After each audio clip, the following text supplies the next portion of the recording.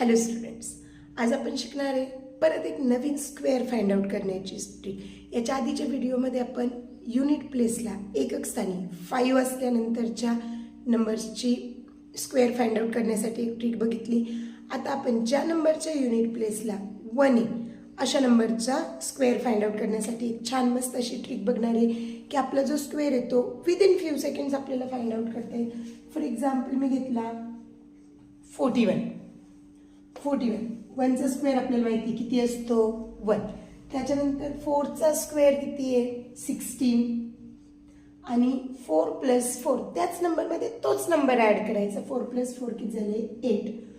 हा झाला आपला 41चा स्क्वेअर। 41चा स्क्वेअर किती आहे 1681। आणखी एक ट्राय करू आपण। सपोज मी घेतला 61 1चा स्क्वेअर 1 6चा स्क्वेअर किती असतो 36। थोड्या वेळासाठी आपण तो साईडला लिहू आता। आणि 6 + 6 किती होता 12 होता।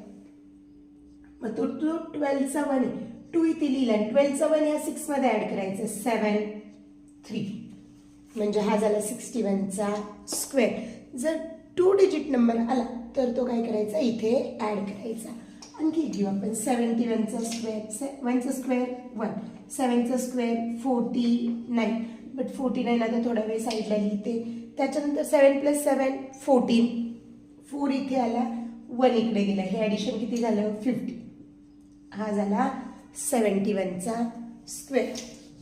31चा स्क्वेअर 1चा स्क्वेअर 1 3चा स्क्वेअर 9 आणि 3 + 3 6 961। ही झाली वन्स प्लेसला युनिट प्लेसला जर 1 असेल तर नंबरचे स्क्वेअर करण्यासाठीची सिंपल ट्रिक।